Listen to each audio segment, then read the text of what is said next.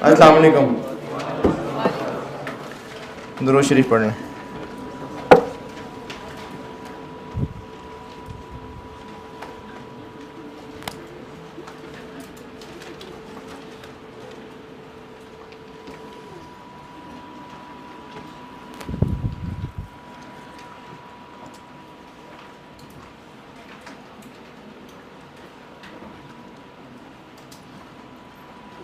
Question 7 कर रहे थे ना? क्वेश्चन 7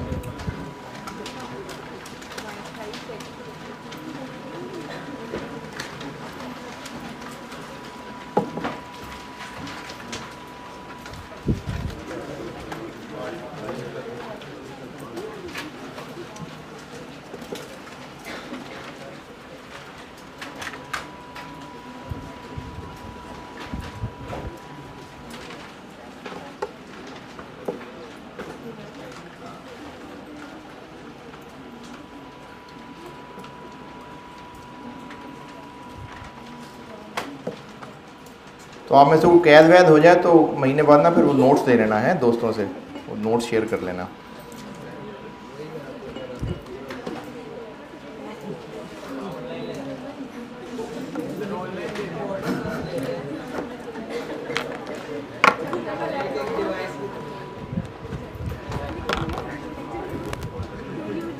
अच्छा, फिक्स वेरिएबल और स्टेप कॉस्ट, इस पे कल डिस्कशन हुई थी और बस ये सवाल पूरा करके बहुत है। ये फिक्स्ड वेरिएबल और डायरेक्ट इनडायरेक्ट काफ़ी है। हम फिक्स्ड वेरिएबल एक पीरियड को सामने रख के डिसाइड कर रहे हैं और जिसके लिए भी एक क्लासिफिकेशन कर रहे हैं उसकी मेन एक्टिविटी पे गौर कर रहे हैं। वो खर्चा जिसका मेन एक्टिविटी से ताल्लुक़ है कि मेन एक्टिविटी ज़्यादा होती तो वो खर्चा टोटल फॉर द ईयर और ज़्यादा हो जाता, और मेन एक्टिविटी कम हुई होती तो वो साल कम हुआ होता, तो वो वेरिएबल है। और ये ओरिजिनली तय ही एक रेट की शक्ल में होता है। वेरिएबल कॉस्ट ओरिजिनली एक रेट की शक्ल में डिटरमिन होती है, रेट पर यूनिट, रेट पर आर, रेट पर केजी, एक रेट की शक्ल में। और वो खर्चा जिसका इस मेन एक्टिविटी से ताल्लुक़ नहीं है, मेन एक्टिविटी कम हो ज़्यादा हो, ये टोटल फॉर द ईयर उतनी ही रहेगी, ये फिक्स कॉस्ट है। और ये तय ही एक total for a period amount होती है। तो ये कॉस्ट पड़ी थी। और फिक्स कॉस्ट की ही एक वैरायटी थी कि जो मुख्तलिफ रेंजेस के हिसाब से तय हुई होती है कि अगर इतने यूनिट स्टोर करने हैं तो इतना किराया है स्टोर का, इतने करने हैं तो इतना स्टोर का किराया है। तो ये स्टेप्ड है फिक्स कॉस्ट, लेकिन एक स्टेप्ड फिक्स कॉस्ट है। Question number 7, point number 5।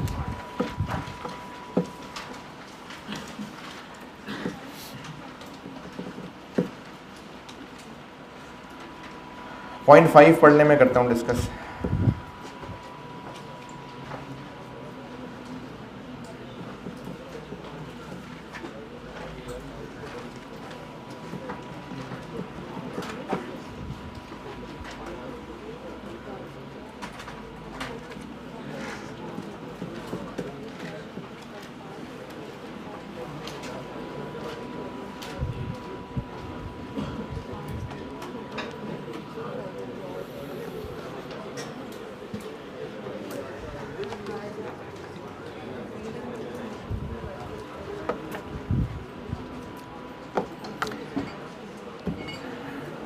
$20,000 जो एनुअल रिपेयर्स हैं,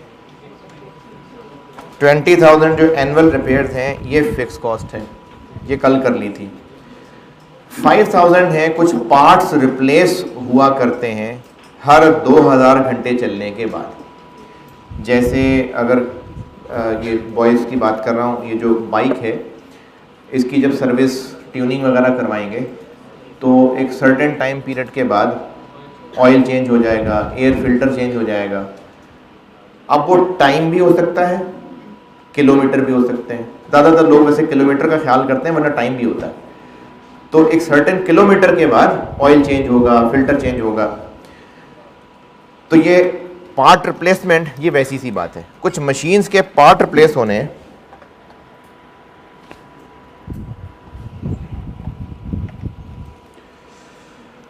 कैमरा यही रहने दे, मैं इधर ही खड़ा हूँ, और किसी को बुलाएं कि बैटरी चेंज करनी है। ठीक है, कैमरा ऑन ही है, मैं यही हूँ। तो हर 2000 घंटे के बाद इस मशीन में कुछ पार्ट्स चेंज करने हैं, और हर बार उन पार्ट्स के चेंज करने पे 5000 रुपए लगेंगे। ये क्या है, फिक्स कॉस्ट है, वेरिएबल कॉस्ट है, स्टेप कॉस्ट? अच्छा, स्टेप क्यों है?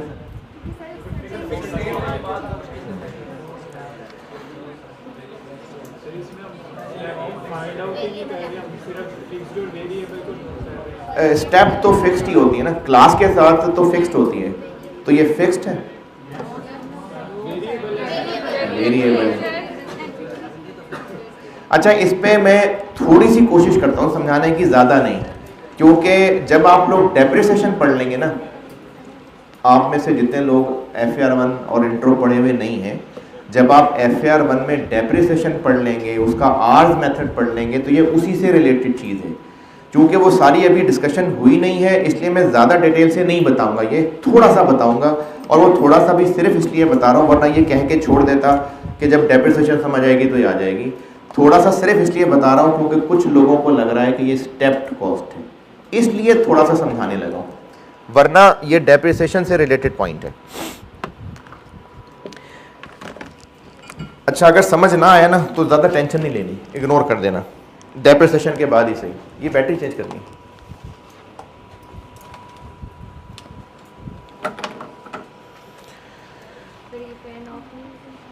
और ये फैन भी ऑफ करना है यार, लाइट ऑफ हुए बगैर।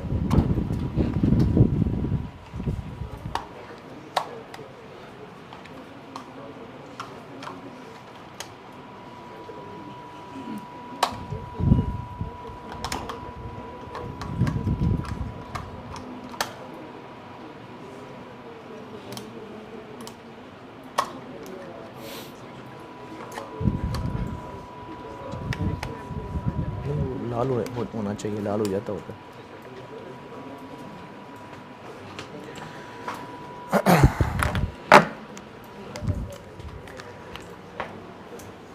ज़्यादा टेंशन नहीं लेनी इस चीज़ की, समझ आ जाए ठीक है, नहीं तो इग्नोर। ये बज़ाहिर स्टेप्ड कॉस्ट लग रही है। स्टेप्ड कॉस्ट की कोई मिसाल? वही स्टोर की रेंट। 2020 में स्टोर का रेंट 1 मिलियन था, और स्टोर वाले ने कहा हुआ था कि हम आपसे 1 मिलियन किराया लेंगे, हम आपको एक फ्लोर अपनी बिल्डिंग में से किराए पे दे देते हैं, 50,000 यूनिट्स तक आप यहां स्टोर कर सकते हैं। अगर आपको और चाहिए हुआ तो हम एक फ्लोर पूरा आपको और देंगे, और उसका फिर हम मजीद आपसे पैसे ले लेंगे। अच्छा, वो मजीद पैसे 1 मिलियन से डिफरेंट होने ज़रूरी है? नहीं, 1 मिलियन भी हो सकते हैं, कम भी हो सकते हैं, ज़्यादा भी हो सकते हैं। बात यह है कि अगर एक रेंज से बढ़े तो एक बड़ी अमाउंट फुल हमारे खर्चों में ऐड हो जाएगी, एक और स्टोर किराए पे लेना पड़ेगा। तो उस बिल्डिंग वाले ने कहा, जिससे हमने एक फ्लोर किराए पे लिया हुआ था, कि हमें बस 50,000 से ज़्यादा हम स्टोर नहीं करेंगे। उसने कहा ठीक है, एक फ्लोर आपके लिए काफ़ी है। तो अगर उस साल हम 40,000 भी स्टोर करते, 30,000 भी स्टोर करते, 20 भी करते, तो भी काफ़ी था। हमने 50,000 तक बस स्टोर किए उस साल में। अब अगर अगला साल जब शुरू होगा और अगले साल में हमें 1000 यूनिट स्टोर करने हैं, 1000, तो स्टोर वाला कहेगा कि अब तुम्हारे 51 हो गए, तो तुम्हें अब एक और स्टोर किराए पे लेना पड़ेगा। है वो पिछले साल वाले गिन के साथ जोड़ के कहेगा कि 1000 हो गए तो 51 हो गए। यार ये बंद भी करना है, ये नहीं हुआ ना, ये नहीं है सही यार, ये रेड होता है बिल्कुल।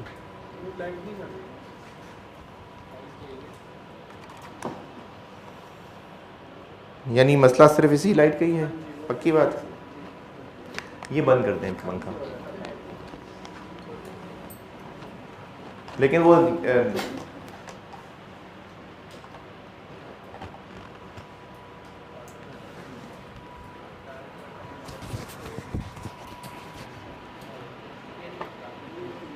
अच्छा ठीक। 2020 में 50,000 यूनिट्स ही हमने स्टोर किए थे। अच्छा, अब जब 2021 में 1000 यूनिट्स और स्टोर करेंगे तो वो फ्लोर वाला कहेगा कि जी पिछले साल के 50 और अब ये एक मिला के 51 हो गए। नहीं ना, 2020 खत्म, वो गिनती खत्म। अब 2021 फिर जीरो से शुरू होगा। ये फॉर द पीरियड 2020 था, अब 2021 में दोबारा से हिसाब शुरू होगा। ये मिसाल ओके, ये स्टेप है। इस मशीन में हर 2000 घंटों के बाद रिप्लेसमेंट होनी है।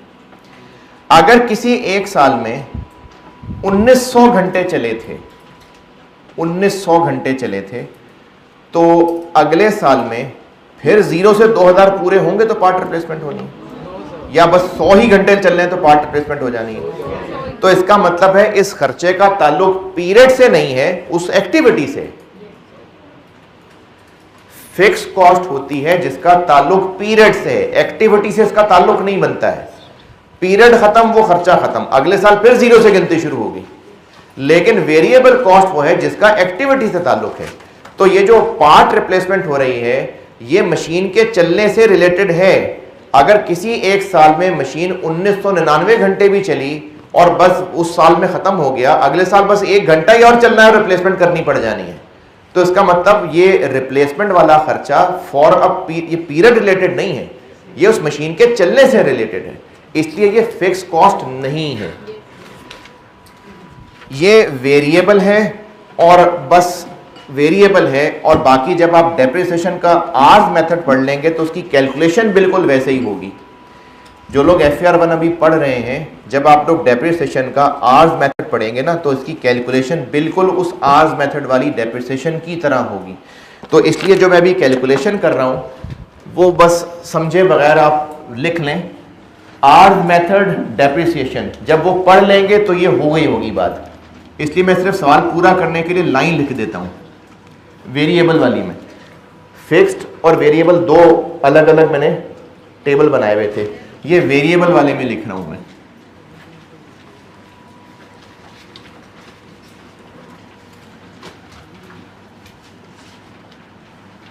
पार्ट रिप्लेसमेंट, ये जो मैं कैलकुलेशन कर रहा हूं ना, जिन बच्चों ने डेप्रिसिएशन नहीं पढ़ी हुई वो बस इसको लिख लें। जब आप जी हाँ, नहीं तो खैर है, कंटिन्यू रहे, कोई मसला नहीं।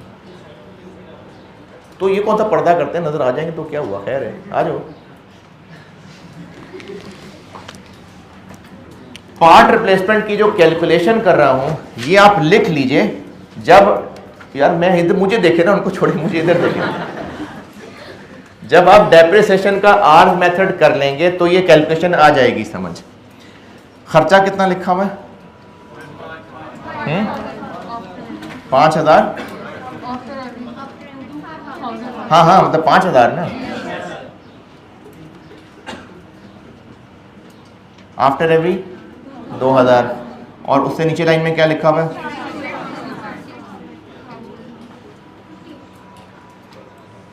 कितना बना? 15।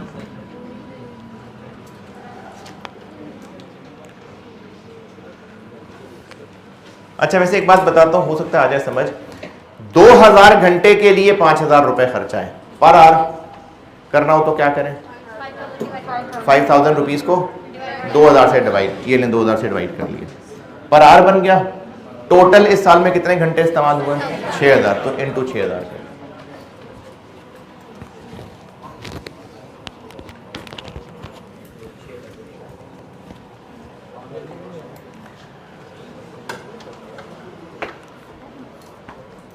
ये क्वेश्चन 7 डन।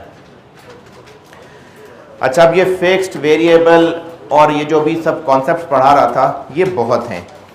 इसमें से ना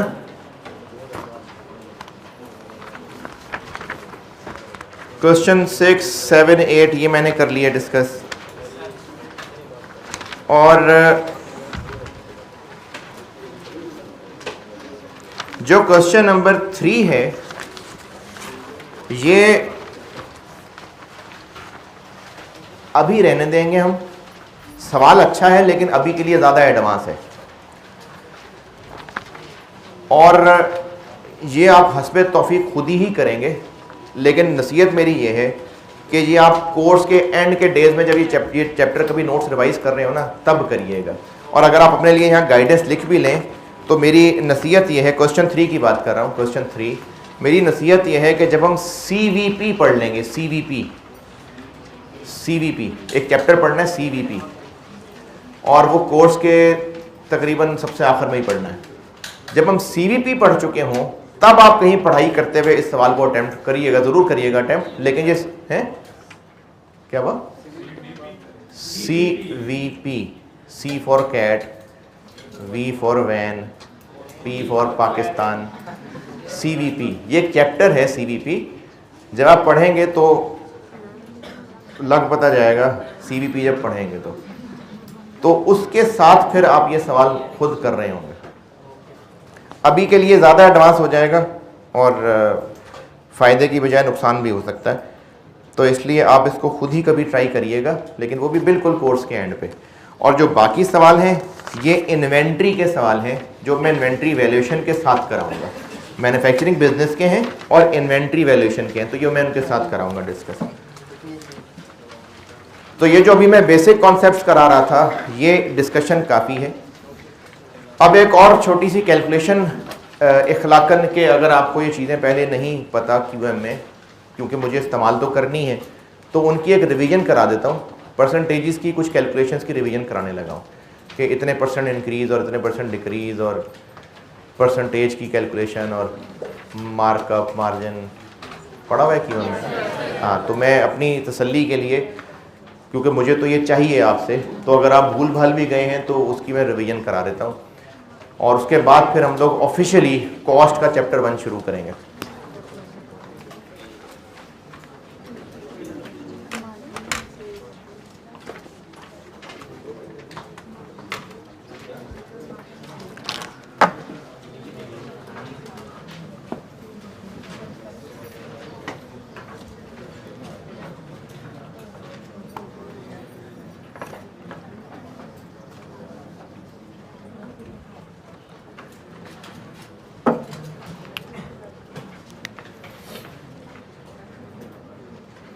इसको मैं हेडिंग क्या दूँ, रिवीजन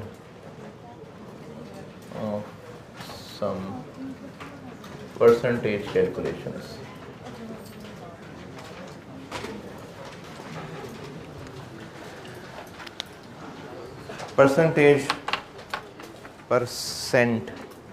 परसेंटेज कैलकुलेशंस आपको आती हैं? चलें बस ठीक है, चेक कर लेते हैं। अभी सवाल लिखें, सवाल ही सवाल करते हैं ताकि आप की भी याददाश्त वापस आ जाए और मुझे भी पता चल जाए कि आप कितने पानी में हैं।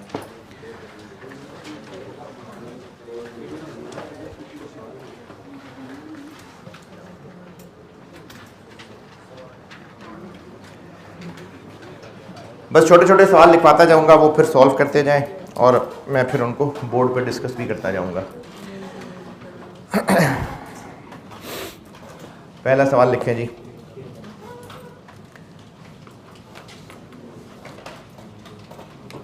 सेल्स 540,000 रुपीज़ है, सेल्स है 5,40,000 रुपए,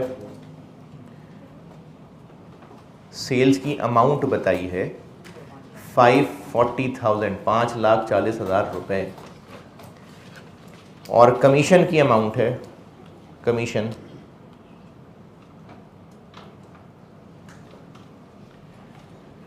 78,000। कितने % कमीशन दे रहे हैं हम?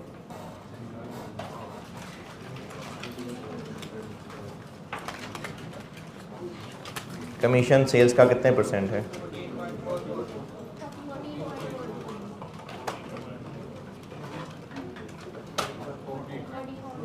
14.4। चलें माशाल्लाह, ये तो ये टेस्ट पास हो गया कि आपको ये परसेंटेज निकालनी आती है। 14.44 सबसे नहीं,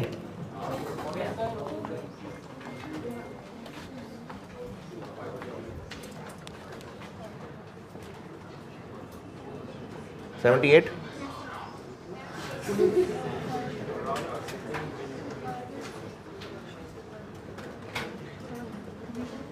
14.44।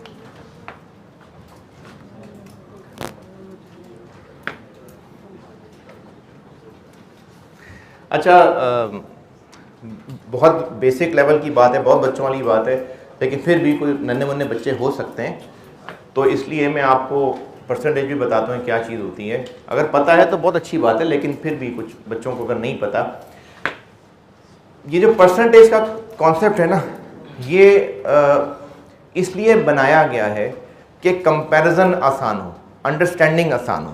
जैसे अगर किसी के मैट्रिक में मार्क्स हैं, टोटल कितने होते हैं? 1100। और एफएससी में? अच्छा, चलें फिर मिसाल चेंज करते हैं। अगर मैट्रिक में मार्क्स हैं 850 और एफएससी में टोटल मार्क्स हैं 1100 टोटल। एक स्टूडेंट के मैट्रिक में अगर मार्क्स हैं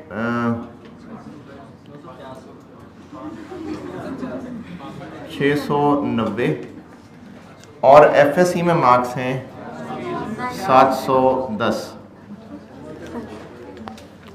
तो मार्क्स को कंपेयर करें तो मैट्रिक में जितने मार्क्स हैं एफएससी में तो उसने बेहतर परफॉर्म कर लिया, फिर 700 हो गए। तो यहाँ कंपैरिजन ये मीनिंगफुल नहीं है। और जिन लोगों ने FR1 पढ़ी हुई है, रेशोज में ये चीज़ पढ़ चुके हैं जो मैं आपको बता रहा हूँ, इनका कंपैरिजन मीनिंगफुल नहीं है, क्योंकि ये 710 1100 में से 710 है और ये 850 में से 690 है। तो इनको कंपेरेबल बनाने के लिए परसेंटेजेस आसानी रहती है। वो ऐसे कि 710 1100 में से कितने परसेंट? 64.54 और ये 81.17। अब ये 81.17% है और सेंट कहते हैं 100 को। तो इसका मतलब ये है कि 1100 में से 710 ऐसे ही है जैसे 100 में से 64, 850 में से 690 ऐसे ही है जैसे 100 में से 81। अब 710 और 690 कंपेरेबल क्यों नहीं था? क्योंकि इनके टोटल्स डिफरेंट थे। 64 और 81 कंपेरेबल क्यों है? क्योंकि ये भी 100 में से है और वो भी 100 में से हैं। तो ये परसेंटेजेस का काम होता है कि डिफरेंट बेसिस वालों को कंपेरेबल बना देते हैं। क्योंकि वो परसेंट है तो मतलब पर 100, और इसकी कैलकुलेशन, ये 100 किसको बोल रहे हैं हम? ऑब्टेन्ड को के और टोटल को? टोटल को। तो डिनोमिनेटर में आ गया टोटल। ये किसको बोल रहे हैं हम? ऑब्टेन्ड को। तो ये आ गया ऊपर। तो परसेंटेज निकालने का तरीका कि जिस की परसेंटेज लेनी है वो नीचे, यानी ये 64% ऑफ व्हाट? 64% of what? ये मार्क्स 64% ऑफ व्हाट है? टोटल के। तो जिसकी परसेंटेज है वो नीचे है, जिसकी परसेंटेज है वो फार्मूला नीचे, और जिसको हम कैलकुलेट करना चाह रहे हैं वो ऊपर। जिसकी परसेंटेज वो नीचे है और जिसको कैलकुलेट कर रहे हैं वो ऊपर है। तो इसमें मैंने आपसे पूछा था कि कमीशन सेल्स की कितने परसेंट है, तो सेल्स नीचे है, कमीशन ऊपर है। तो ये परसेंटेजेस की जो कैलकुलेशन है ये आपको कैलकुलेशंस करनी पड़ा करेगी कहीं ना कहीं कॉस्ट में। और सवाल लिखें।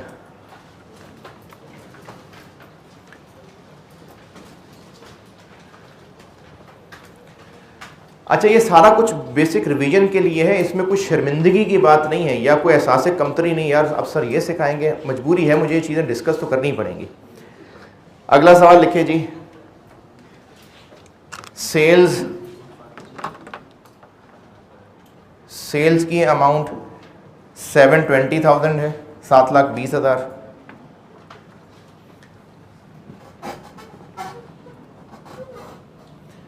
और कमीशन है 12.5%। कमीशन की अमाउंट बता दें।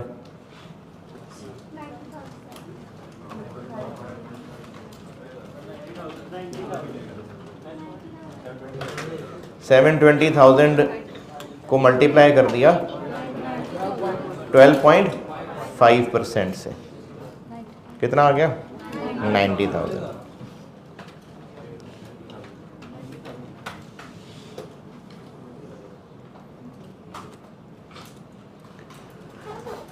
क्योंकि अब इस परसेंटेजेस पे चल रहे हैं तो मैं यहीं से फिर आपको मार्कअप मार्जिन सिखाता हूँ। ये आपने पढ़ा हुआ होगा क्यूएम में, लेकिन इनकी कैलकुलेशंस बहुत इस्तेमाल होती हैं, कॉस्ट में भी होंगी, रिपोर्टिंग में भी कहीं ना कहीं होती हैं। हो सकता है आपने एक डिफरेंट तरीके से सीखा हो, मैं एक तरीका बता देता हूँ आपको। जो पहले आता है अगर आप उस पर कंफर्टेबल हैं बिल्कुल चलिए, बिल्कुल कंटिन्यू करिए, और अगर जो अब बताने लगा हूँ ये सीखना चाहें तो इसको चला लीजिएगा। सेल्स और कॉस्ट ऑफ सेल्स, जिन्होंने अकाउंटिंग नहीं पढ़ी पहले, इसका मतलब होता है कि जो चीज़ हम बेच रहे हैं सेल, वो हमें खुद कितने की कॉस्ट की थी। जैसे अगर हम एक चीज़ 24,000 रुपये की बेच रहे हैं और वो हमें खुद कॉस्ट 20,000 रुपये की थी, तो कितना प्रॉफिट कमा रहे हैं हम? 4,000। और आप लोग जो अभी अकाउंटिंग नहीं पढ़े हुए, जब आप इनकम स्टेटमेंट वगैरह तक पहुंच जाएंगे ना, तो एक नाम होता है, उसको कहते हैं ग्रॉस प्रॉफिट। ये आप तब इनकम स्टेटमेंट के फॉर्मेट से इससे कंफर्टेबल हो जाएंगे बिल्कुल। जो चीज़ हमने 24,000 रुपये की बेची है वो हमें कितने की कॉस्ट की, इसको कॉस्ट ऑफ सेल्स कहते हैं, और इस पे हमने कितना ग्रॉस प्रॉफिट कमाया, ये इन दोनों का डिफरेंस है। अगर अमाउंट की टर्म में कहें तो हमने 4,000 रुपये प्रॉफिट कमाया। अगर इसको परसेंटेज में कैलकुलेट करना चाहें कि ये कितने परसेंट है, तो इसके दो तरीके हैं कि किसका परसेंट। अच्छा, आप कहें सर अभी तो आपने की कहा था कि किसकी परसेंट, की कहा है, तो ये जो 4,000 है ये किसका परसेंट, ये दो तरीके हैं। ये ऐसे भी हो सकता है, यानी 4,000 डिवाइडेड बाय 24,000 कितना बना? 16.67%। और ये ऐसे भी हो सकता है कि ये 4,000 20,000 के हिसाब से 4,000 डिवाइडेड बाय 20,000 इंटू 100 20%। अब ये दोनों ही कैलकुलेटेड हैं और हैं तो दोनों सही, लेकिन इंटरप्रिटेशन का फर्क है। जब इस 4,000 को इस 24 की बेस पे कैलकुलेट किया गया तो इस आंसर को कहते हैं जीपी। जीपी है ना, जीपी, जीपी मार्जिन, ये नाम इस्तेमाल होता है। और अगर हमने इसको as a percentage of cost calculate किया तो इसको कहते हैं जीपी मार्कअप। ये दो टर्म्स इस्तेमाल होती हैं, मार्जिन और मार्कअप। मार्जिन हो या मार्कअप हो, मतलब क्या शो कर रहा है कि प्रॉफिट कितने परसेंट है, किसका। अगर ये परसेंटेज ऑफ सेल्स की बात हो रही है कि सेल्स का, तो उसको मार्जिन कहते हैं। यानी इस मिसाल में ये बिजनेस जो 4,000 रुपए कमा रहा है वो 16.67% ऑफ सेल्स कमा रहा है, यानी सेल्स का इतने परसेंट कमा रहा है। जितना प्रॉफिट कमा रहा है वो सेल्स के इतने परसेंट के बराबर है। और अगर इस तरह से कैलकुलेट किया जाए तो ये बोला जाएगा कि बिजनेस जो प्रॉफिट कमा रहा है वो कॉस्ट के मुकाबले में 20% प्रॉफिट कमा रहा है। एक और एंगल से बताता हूं, इस इंटरप्रिटेशन का मतलब है कि जो चीज वो 100 रुपए की खरीदता है उस पर 20 रुपए प्रॉफिट रख के बेचता है। 20% मार्कअप, कप मींस कि जो 100 रुपए की चीज कॉस्ट करती है उस पर 20 रुपए प्रॉफिट रखता है। इसकी इंटरप्रिटेशन ये है कि जो चीज वो 100 रुपए की बेचता है उस 100 रुपए में 16.67 प्रॉफिट होता है। तो ये मार्कअप मार्जिन दो इस्तेमाल होने वाली टर्मिनोलॉजीज हैं, कैलकुलेशंस में बहुत इस्तेमाल होती हैं, आप कॉस्ट में भी इनका बहुत ज़्यादा इस्तेमाल देखेंगे। तो ग्रॉस प्रॉफिट मार्जिन अगर कैलकुलेट करना हो तो फार्मूला क्या बना, प्रॉफिट की अमाउंट डिवाइडेड बाय सेल्स की अमाउंट, और अगर मार्कअप की परसेंटेज कैलकुलेट करनी हो तो प्रॉफिट की अमाउंट डिवाइडेड बाय कॉस्ट की अमाउंट।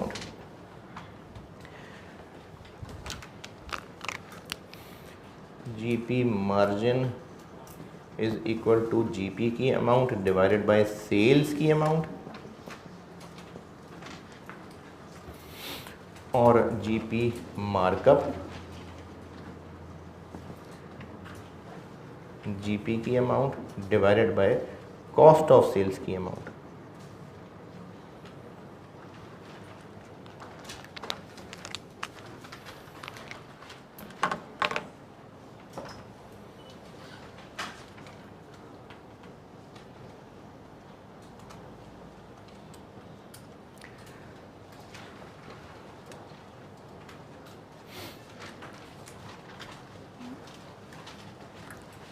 तो जिसको एज अ परसेंटेज कैलकुलेट करना है वो ऊपर है, और जिसका की के परसेंटेज है वो नीचे है।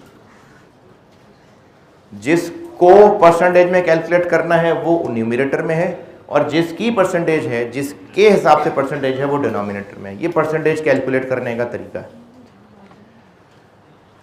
मार्जिन कैलकुलेट करना है तो जीपी ओवर सेल्स, और मार्कअप कैलकुलेट करना है तो जीपी ओवर कॉस्ट।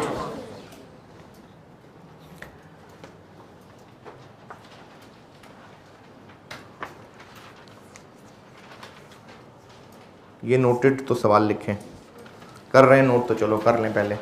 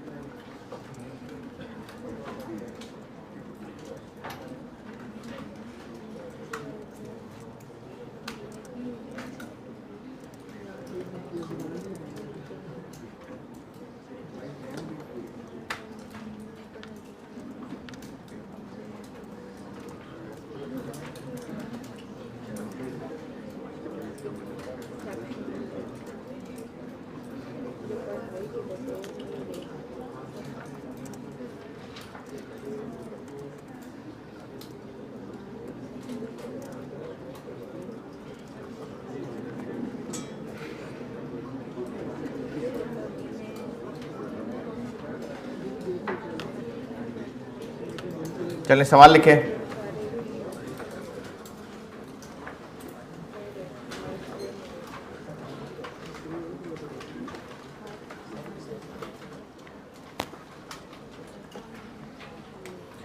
सेल्स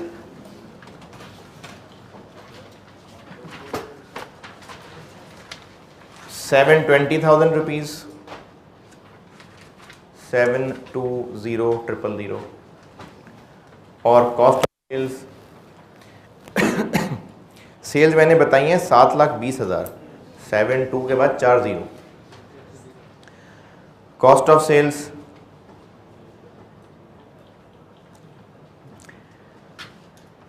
640,000, 6,40,000।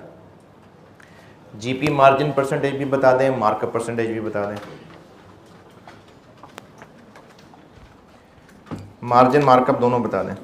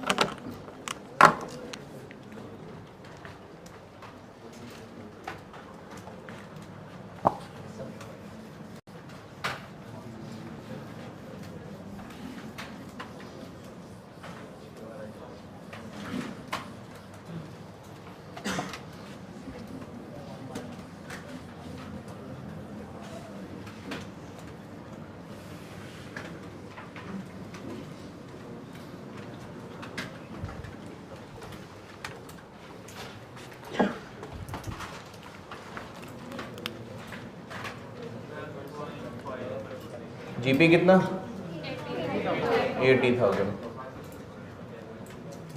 7 11.1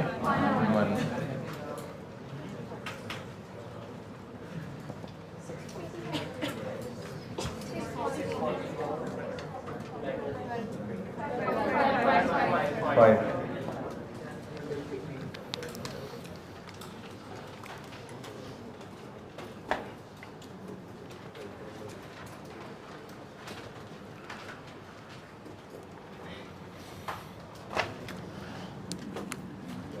यहाँ तक कोई एतराज?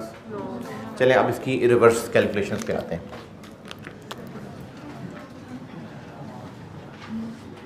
जब मार्जिन की बात हो रही होती है, मार्जिन की, तो 100 किसको कहा हुआ है हमने? सेल्स को। 100 वो है जिसकी परसेंटेज है, वो 100 है, वो नीचे डिनोमिनेटर है। तो मार्जिन को डिस्कस करते हुए हम कह रहे हैं कि सेल्स 100 है। इस मिसाल में अगर सेल्स 100 है तो प्रॉफिट कितना है?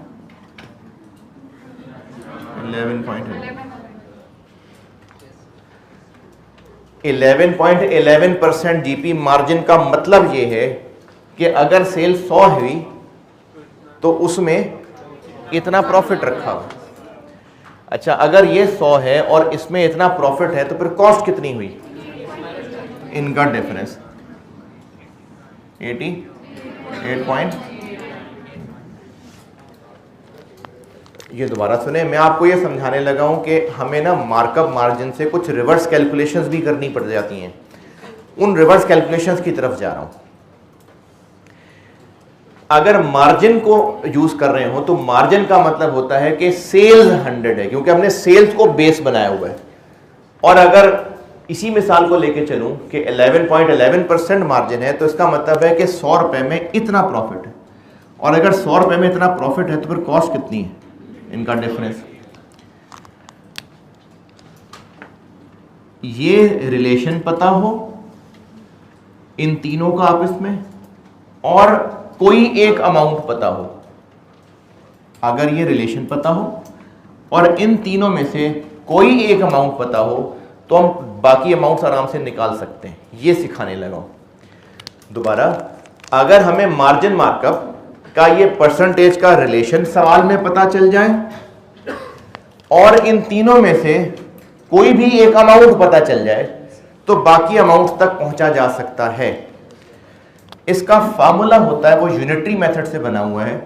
बचपन में कहीं यूनिटरी मेथड अगर पढ़ा हो तो वो फार्मूला बना हुआ है कुछ इस तरह से कि हमें जो चीज़ चाहिए, रिक्वायर्ड अमाउंट कह देता हूं उसको, ये फाइंड की जा सकती है जो अमाउंट गिवन है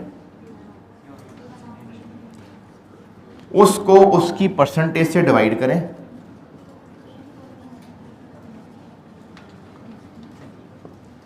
और जो चीज चाहिए उसकी परसेंटेज से मल्टीप्लाई कर दें।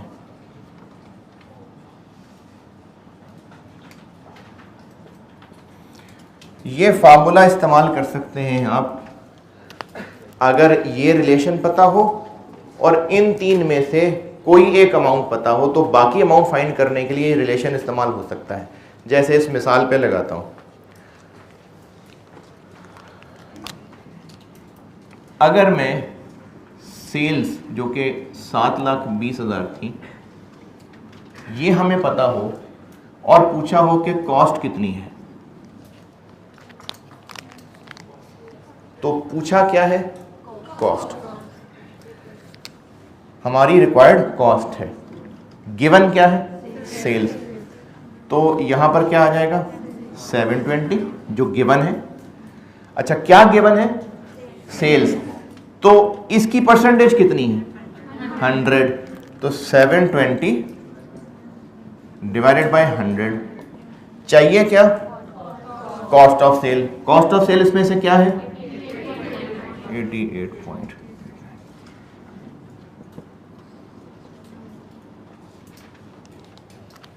दोबारा, अगर हमें ये रिलेशन पता हो और इन तीन में से सेल्स, कॉस्ट और जीपी, इन तीन में से कोई एक अमाउंट पता हो और बस ये रिलेशन पता हो तो बाकी अमाउंट्स हम निकाल सकते हैं इस फार्मूले से। क्या फार्मूला है? जो अमाउंट पता है वो लिख लें, ये लिख ली। जो अमाउंट यहां लिखी है इस रिलेशनशिप में वो क्या है? वो 100 है, ये 100 से डिवाइड कर दिया। और जो अमाउंट पूछी है वो इस रिलेशनशिप में क्या है, उससे मल्टीप्लाई कर दिया। नहीं समझ आ रही? चलें, जिनको नहीं समझ आ रही और डाटा लेते हैं। सेल्स 5,20,000 रुपए है और जीपी मार्जिन 25% है।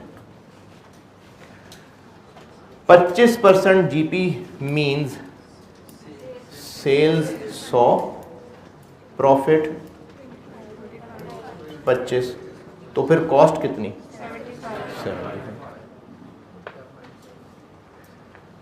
फाइंड क्या करना है?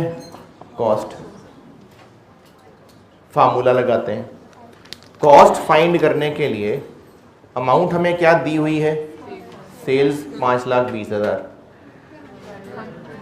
जो अमाउंट गिवन है वो इसमें से क्या है? 100। और चाहिए क्या? तो जो चाहिए वो इसमें से क्या है? 70।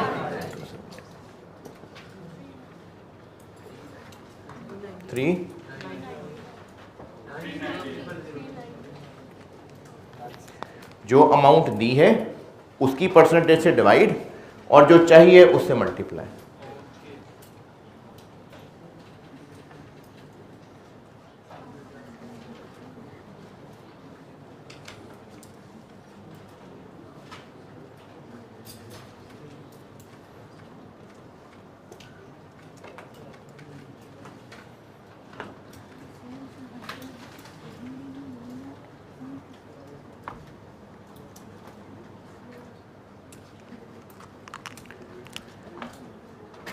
और मिसाल देखते हैं। जीपी 68,000 है और जीपी मार्जिन 20% है। कॉस्ट कितनी? जीपी की अमाउंट इतनी है, जीपी मार्जिन इतने परसेंट है, कॉस्ट कितनी है?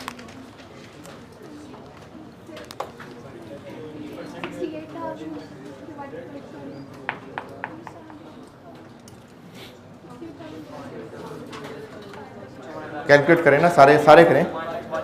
जीपी की अमाउंट बताइए। मैंने ये कहा है कि जीपी 20% है मार्जिन, तो कॉस्ट ऑफ सेल की अमाउंट क्या है?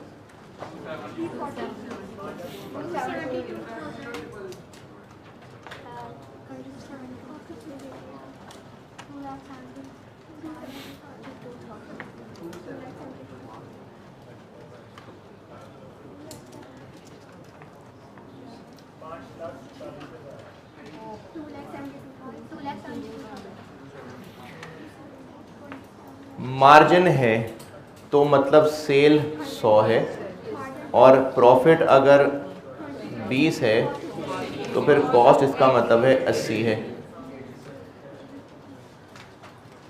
गिवन हमें अमाउंट क्या है? 68,000। ये जो गिवन है ये इसमें से क्या है? ये इसमें से क्या है? 20।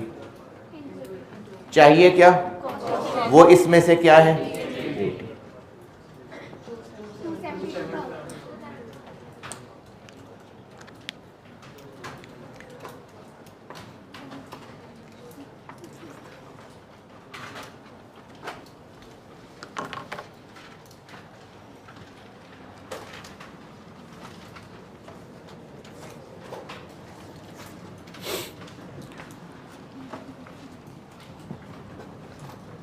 उधर ही रहे।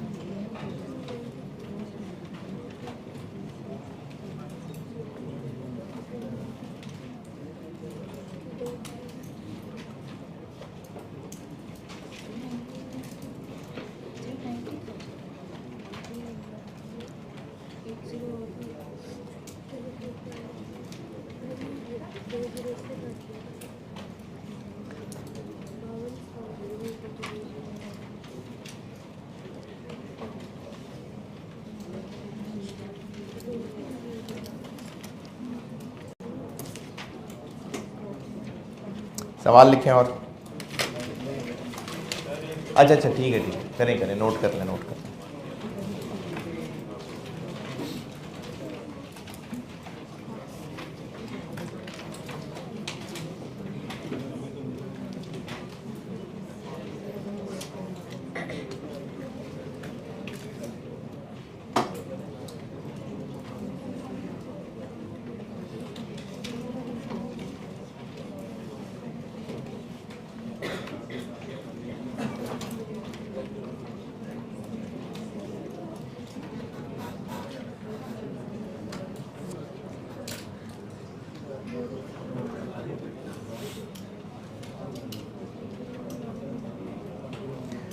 जल्दी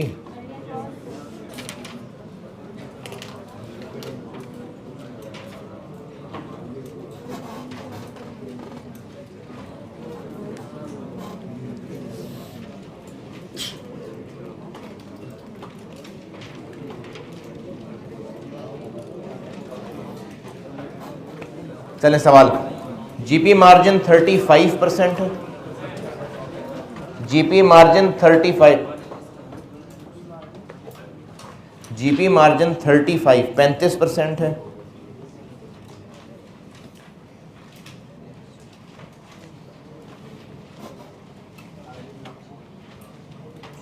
कॉस्ट ऑफ सेल्स की अमाउंट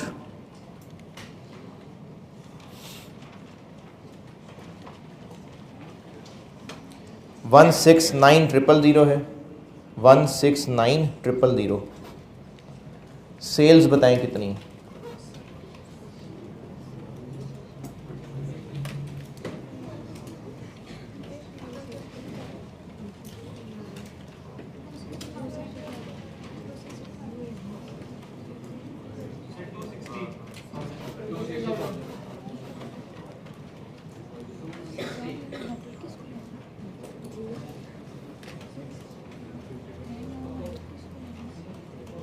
मार्जिन है तो सेल्स 100।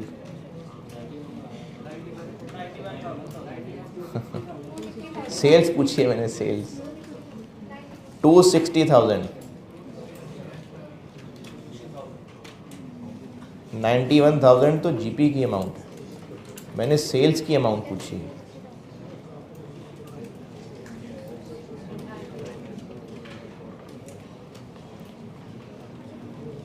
मार्जिन है इसका मतलब से नहीं यही बता रहा हूं, इसी का जवाब दे रहा हूं। मार्जिन था इसका मतलब सेल्स 100 थी और जीपी 35 था, तो कॉस्ट फिर यकीनन 65 थी।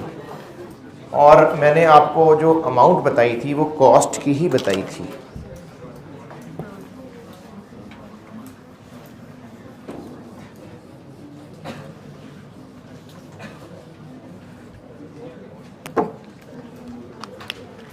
मैंने आपको कॉस्ट बताई थी क्या था 169 और जीपी मार्जिन था 35%। मार्जिन का मतलब है कि सेल्स 100 है और अगर प्रॉफिट 35 है तो कॉस्ट यकीनन 65 है। और ये प्रैक्टिस से आप इतने चीतियाँ हो जाएंगे कि ये काम आप ज़बानी कर रहे होंगे, सॉल्व लिखना नहीं पड़ेगा आपको, ये प्रैक्टिस से ज़बानी ही हो जाएगा।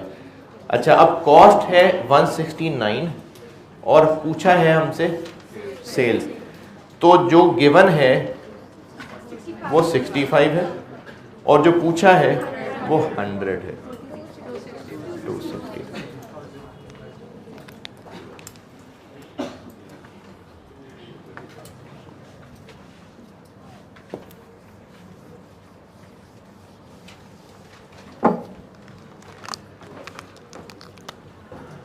जीपी मार्कअप 25% है। कॉस्ट ऑफ सेल्स 300,000 है। सेल्स बताएं। मार्कअप लिखा मैंने, मार्कअप 25% मार्कअप है। ये किसका परसेंटेज है मार्कअप? कॉस्ट का। तो चूंकि कॉस्ट का परसेंटेज है तो 100 क्या होगा? कॉस्ट।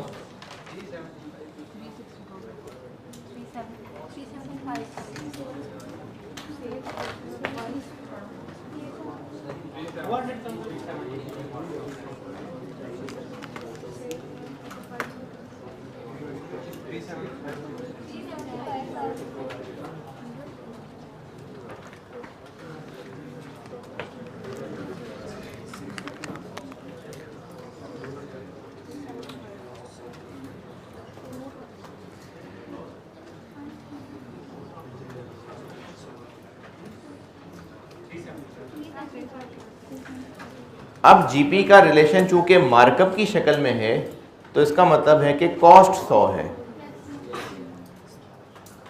और सेल्स यकीनन फिर 125, 75 नहीं 125 होगी।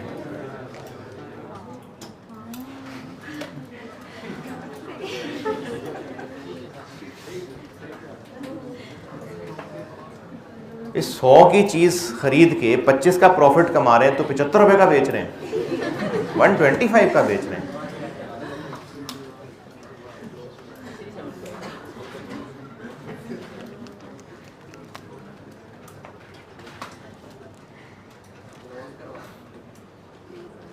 तो कॉस्ट 3 लाख गिवन है, जो गिवन है वो इसमें से क्या है 100 और जो चाहिए वो इसमें से क्या है 120।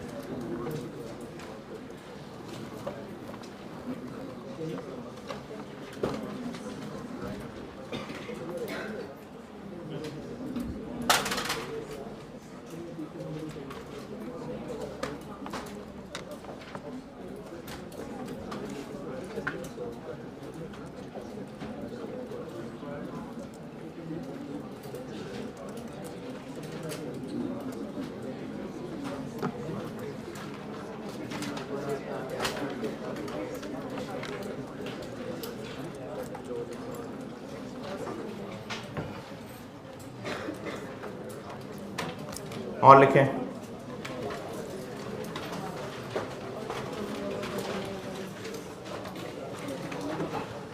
जीपी मार्कअप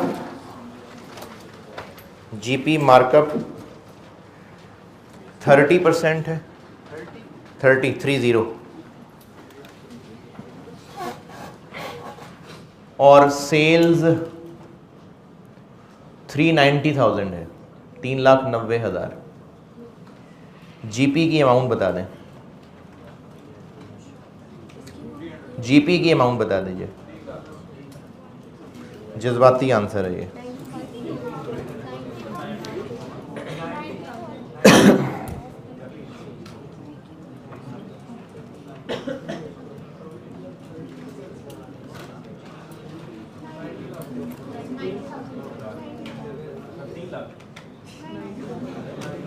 जीपी की अमाउंट पूछिए।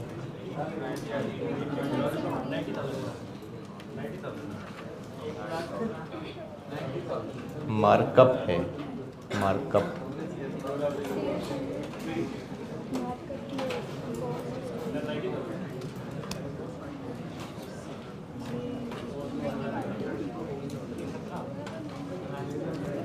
मार्कअप है तो कॉस्ट 100 है।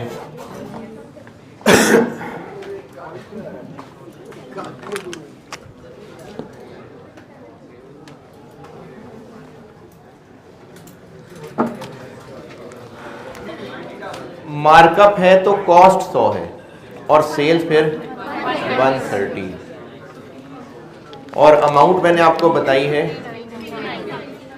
390। ये 390 क्या है 130 और चाहिए क्या 30।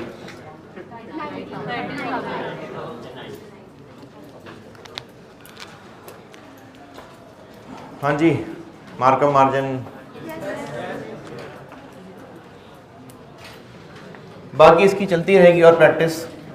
अब आते हैं परसेंटेज इंक्रीज डिक्रीज पे।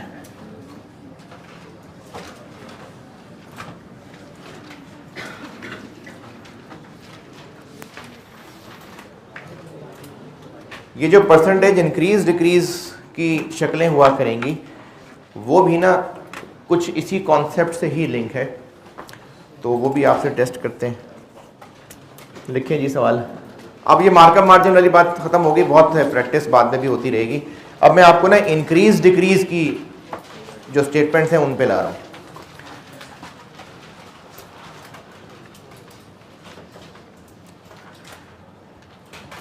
(2020) की सेल्स बता रहा हूँ। 2020 में सेल्स थी 420,000, 4,20,000 रुपए जी, जैसे मर्जी लिख लें। ईयर 2020 में सेल्स थी 420,000, 4,20,000, और 2021 में सेल्स हुई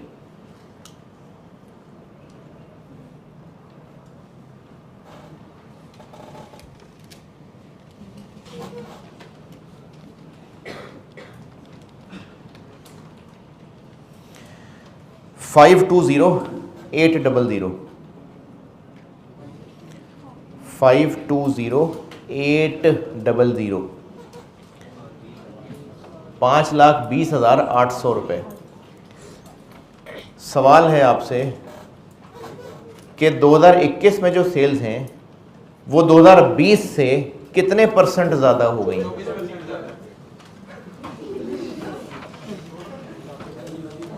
अच्छा, बाकी लोग भी अपनी तरफ से कैलकुलेशन करें। जो जल्दी कर लेते हैं वो कोई रेस नहीं जीत रहे, और जो स्लो करते हैं वो कोई रेस नहीं हार रहे। सब ने अपनी अपनी कैलकुलेशन करनी है। पूछा मैंने ये है कि 2021 में जो सेल्स बढ़ी हैं, अच्छा सेल्स बढ़ी हैं, ये तो नज़र आ रही है ना, बढ़ गई हैं, तो ये कितने % बढ़ी हैं?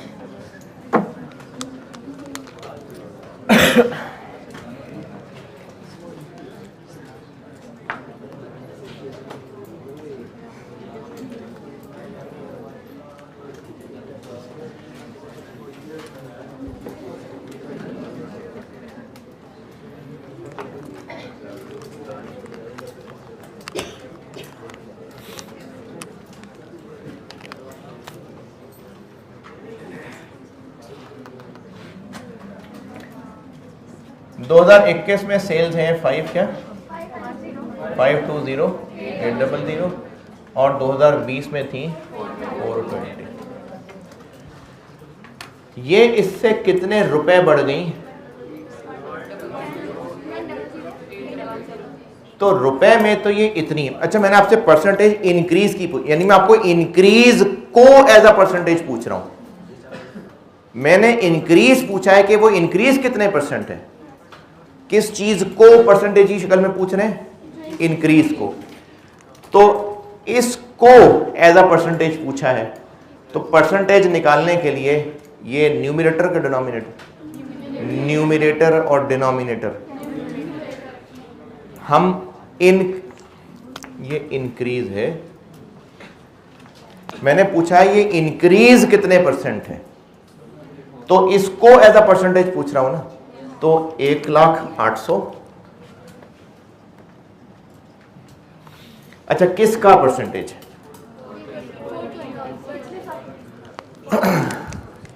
इन वर्डिंग्स पे हमें ध्यान करना पड़ेगा। ये अगली क्लास में भी इसको थोड़ा सा चलाऊंगा मैं, इस परसेंटेज को। ये काफ़ी वर्डिंग इस्तेमाल होगी कॉस्ट में, इसलिए इसको हम केयरफुली देख रहे हैं बहुत।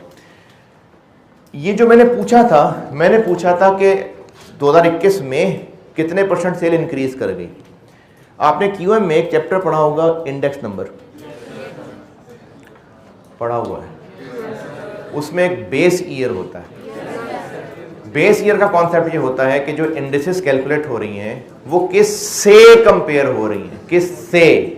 जिससे कंपेयर हो रही होती है वो बेस होता है, जिससे कंपेयर किया जा रहा होता है वो बेस है। तो जब हमने कोई इंक्रीज डिक्रीज को परसेंटेज में देखना होता है ना, तो ये देखना पड़ेगा कि परसेंटेज किससे कंपेयर हो रही है। 2021 में 2020 से कितने परसेंट इंक्रीज कर गई, तो डिनोमिनेटर में हम 2020 की सेल्स रखेंगे। कितने परसेंट? 20।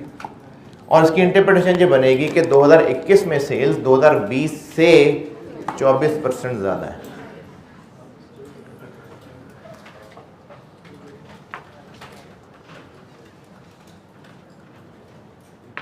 इसके लिए एक और मैं टर्म भी इस्तेमाल कर रहा हूँ, इसको हम ग्रोथ भी कह सकते हैं कि 2021 में सेल्स 24% ग्रो कर गई, ग्रो बढ़ गई।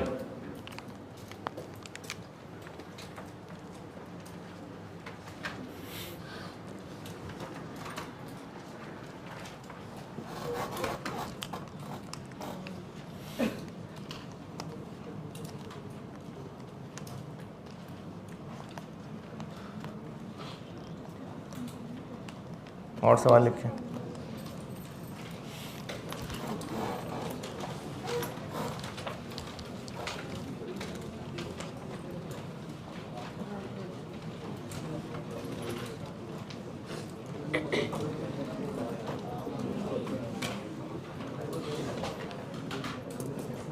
टू 2020 की जो सेल्स हैं वो 240,000 है। 2020 ईयर की सेल्स 240,000, 2,40,000।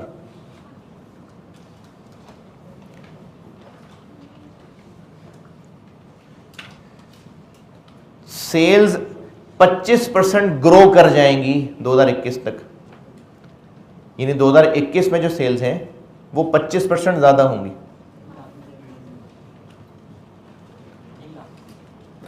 मैंने तो पूछा ही नहीं भी क्या पूछ रहा हूं। 2021 में सेल्स 25% इंक्रीज कर जाएंगी। 2021 की सेल्स बता दें।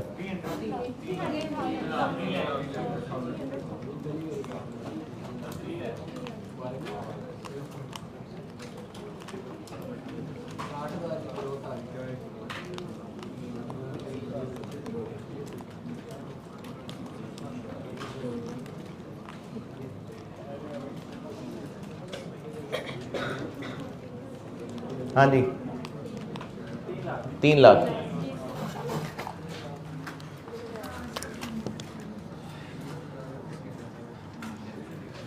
दो 2021 की सेल्स इससे 25% ज्यादा है। किसका 25%? ये जो इंक्रीज डिक्रीज कंपैरिजन वाली अब इंक्रीज डिक्रीज है ना, ये इंडेक्स नंबर वाला कॉन्सेप्ट है। जिससे कंपेयर हो रहा है, जिससे से 100, वो 100 है। ये मैं आपको इंडेक्स नंबर वाला कॉन्सेप्ट बता रहा हूं क्योंकि इंडेक्स नंबर असल में कंपैरिजन ही होता है। क्यूएम पास है ना, तो जो इंडेक्स नंबर है वो कॉन्सेप्ट ही कंपैरिजन का है। तो इस इंक्रीज डिक्रीज कंपैरिजन में जिससे इंक्रीज है, जिससे डिक्रीज है, वो 100 है। तो ये 100 है, तो 25% क्या बना? 60,000। तो इसका मतलब है कि 2021 की सेल्स 3 लाख। जी जी जी, मैं अभी बता रहा हूँ। 240,000 से 60,000 बढ़ के वो 3 लाख हो जाएंगी। ये प्लस करके 3 लाख वाली बात समझ आती है कि नहीं? 2020 की सेल्स 240 थी, 2021 की सेल्स उससे ज़्यादा होंगी। कितनी ज़्यादा होंगी? 25%, यानी 60,000 रुपये। तो चूंकि 60,000 रुपये ज़्यादा होंगी तो 2021 में कितनी सेल्स होंगी? This plus 60। अच्छा, अब इसका एक शॉर्टकट टाइप चीज़ बनाने लगा हूँ, मैं इसी से बना के देता हूँ। यानी हमने क्या किया, 2,40,000 में 2,40,000 का 25% ऐड कर दिया ना। 240 कॉमन ले लें इसमें से, 1 प्लस 25% हो गया। और ये जो 25% है ये एक्चुअली 0.25 है। तो हम 240 को अगर इंटू 1.25 कर दें तो अब आप कॉस्ट में ना ऑनवर्ड ये काम बहुत ज़्यादा करने वाले हैं। ये शक्ल क्या बनी, अगर 240 को 25% बढ़ाना है तो 240 इंटू 1.25, यानी अगर बढ़ाना है ना तो 1 पॉइंट के साथ वो मल्टीप्लाई कर ले। हो गया ऊपर से। तो 2020 की सेल्स 2,40,000 रुपए थी, 21 की इससे ज्यादा है, इससे। तो इंडेक्स नंबर कंपैरिजन के अंदर जिससे कंपैरिजन हो रहा होता है वो 100 है। तो 2,40,000 का 25% इसमें ऐड करेंगे तो ये बन जाएगी, यानी अगर ये कहा जाए कि 2020 की सेल इतनी थी, 2021 की सेल इससे 25% ज्यादा होगी तो पता है कितनी होंगी, तो ये काम कर देंगे। ये अब आप अभी अगर कच्चा कच्चा भी है ना, ये कॉस्ट में इतनी ज्यादा कैलकुलेशन होनी है कि ये पक जाएगा बहुत। चले मंडे को ना इसकी थोड़ी सी और मजीद प्रैक्टिस करके फिर मैं मंडे से चैप्टर 1 शुरू कर रहा हूँ कॉस्ट का। ठीक है जी, अल्लाह हाफ़िज़।